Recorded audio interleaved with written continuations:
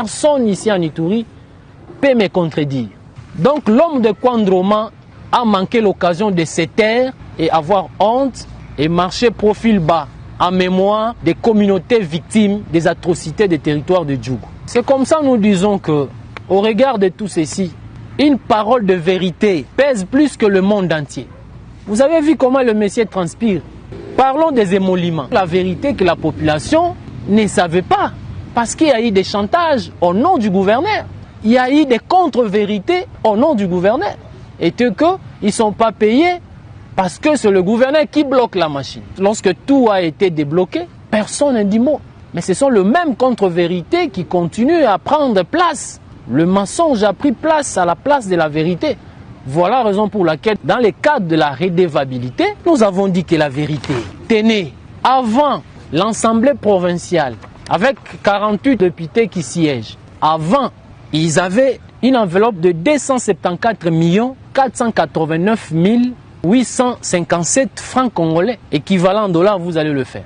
Aujourd'hui, ils touchent 504 489 857 francs congolais. Vous allez voir que chaque député touche au moins 4 500 dollars, équivalent en francs, c'est 10 millions, on peut le dire. Prenez seulement les calculs, vous allez tomber dans la fourchette de 4 500 dollars. Comme la vérité blesse, comme ils sont habitués à tromper, ils n'ont jamais vu quelqu'un qui dit la vérité tout haut, c'est ce qui fait mal et ça pèse tellement plus que le monde entier.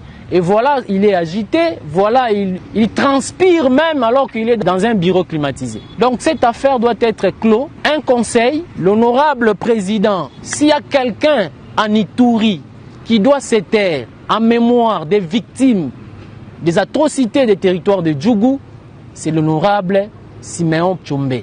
Le gouverneur militaire est redevable à sa population et au président de la République. Et nous concluons, le chien aime le bâton, mais les sous-hommes n'aiment pas la vérité. L'honorable Mugisa, tous ces honorables plairent en ces moments. S'il y a quelqu'un qui doit se taire et avoir honte de tenir de tels propos, c'est l'honorable Siméon Tshombe.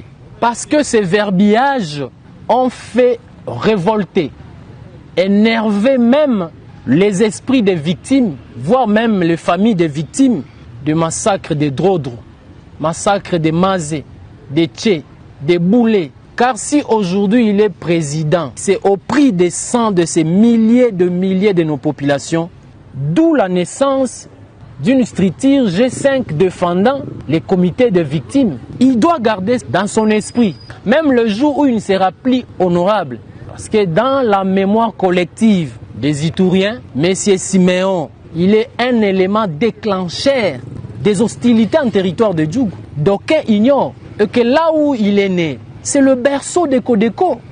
Parce qu'aujourd'hui, tout le peuple iturien sait que l'honorable Siméon Tshombe, on peut dire même les cofondateurs, où c'est dans leur résidence et que tout s'est planifié. Pendant ce temps, nous prenons le peuple iturien en témoin. L'honorable Siméon Banga Tshombe, nous, en cette période, nous réparons que c'est que lui et sa famille ont détruit ici en province de l'Ituri. Les victimes sont là, vivants. Il n'y a pas de leçon à donner au peuple iturien. Au moins, nous avons eu la chance d'être injuriés aujourd'hui parce que nous faisons notre travail avec objectivité, mais les autres, les victimes, qui n'ont pas eu la chance d'être injuriés, mais ils ont été tués, massacrés, ou leurs corps ont été profanés, qui sont à l'auteur, ce sont ses frères. Là, au moins, c'est une vérité. C'est une axiome que personne ici en Ituri peut me contredire.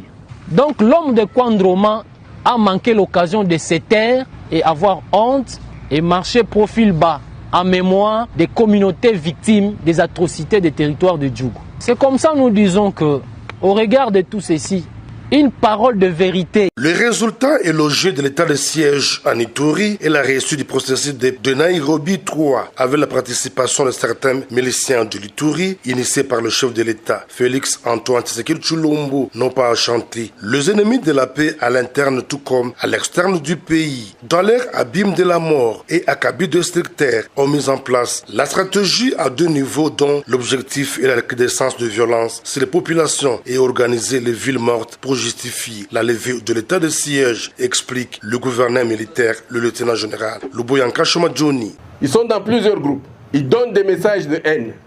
Ils disent que les autorités sont pour tel groupe armé. Ils disent que les autorités donnent des armes à tel groupe armé. Et ils disent à leur communauté, notre ennemi c'est tel. Mais en fait, ce message vient des auteurs intellectuels. Et ces auteurs intellectuels prennent ce message-là, le renvoient vers Kinshasa. Voilà de quoi il s'agit. Vous avez suivi, depuis que ces gens ici ont parlé, il y a 3 jours de villes mortes qui ont été décrétées. On vient, on fait parler les pauvres citoyens. Regardez comme ils sont. Pour le gouverneur militaire, diplômé de stratégie et de défense, d'interpeller la conscience collective de toutes les communautés de l'Ituri, à bannir la haine et à cultiver l'éducation sur la paix.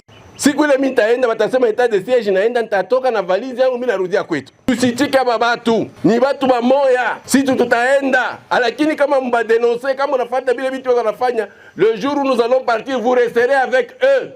Ils vont continuer à vous faire du mal. Ils vont continuer à vous faire tuer, à sucer votre sang pour qu'ils deviennent riches. Kama mimi nauliza wale beko pale, kuko mtoto bote wanasemaka bale wanasema ville morte. Beko hako? Hakuna. Aba bote wanafanya désordre hapa. Watoto yao beko pale, abanako. Ce sont des pauvres messieurs. Toutes les batteries sont mises en branle par les forces de défense et de sécurité pour démasquer les réseaux d'imposteurs, de criminels et les bandits armés. Auteurs d'insécurité ou plusieurs ont été arrêtés, jugés et condamnés par la cour militaire de l'Ituri à bon entendeur. Sali. Commander, contrôler et corriger. 3 verbes qui caractérisent la chaîne de commande actuelle. Telles sont les instructions permanentes du président de la République, commandant suprême de FARDC de la PNC, Félix Antoine Tshisekedi Tshilombo. Ces instructions au sein de l'armée sont exécutées par l'inspecteur général de FARDC, à sa tête, le général des armées, Amici Kumba Gabriel. Cela a raison de la présence des inspecteurs militaires à la 32e région, dans le but de contrôler l'utilisation de fonds octroyés aux unités engagées dans les opérations en Ituri. Au colonel diplômé de stratégie de défense, Aloma Mutangala Dieudonné, chef de délégation, de préciser que c'est une activité de routine au sein de l'armée régulière, confiée à l'inspectorat général, question de s'assurer de la gestion rationnelle de fonds. Surtout, reformer les recommandations à l'esprit et à la lettre du chef de l'État qui fait du social des hommes en uniforme sa priorité. Toujours justifier les fonds mis à leur disposition, parce que c'est l'argent de l'État, des fonds mis à la disposition des unités à la 32e région militaire. Au gouvernorat des provinces, au secteur opérationnel, nous sommes redevables devant l'État congolais. Tout ce qu'on nous donne, nous devons justifier ça. Par ailleurs, ce dernier se félicite du bon déroulement de cette mission d'environ 7 jours dans cette province de l'Est de l'RDC. Oui, là nous sommes au terme de notre mission. Ça s'est passé bien, là où il y avait à corriger. On avait donné des conseils et prochainement quand on reviendra, là c'est pour arrêter. Notons que tous les gestionnaires des fonds publics de la 32e région militaire ainsi que le service d'éducation d'action sociale SECAS et celui de communication d'information de FARDC SIFA ont été soumis à cet exercice devant les inspecteurs composés des officiers supérieurs et subalternes de l'armée, question de rendre compte de l'utilisation de fonds alloués dans l'exercice de leurs fonctions. Son peuple. J'ai toujours mis un accent particulier sur le fait que nos ressources naturelles, plutôt que de garantir notre bonheur, n'ont jusqu'ici que constitué la raison de nos malheurs.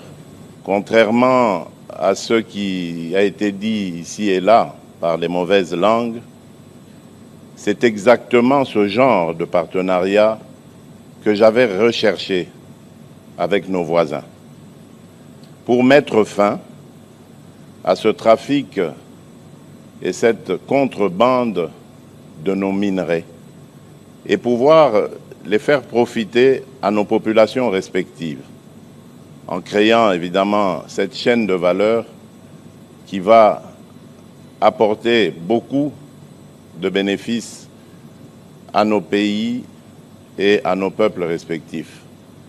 Malheureusement, je n'ai pas été entendu de cette oreille et certains de nos voisins ont préféré, eux, continuer à emprunter ce chemin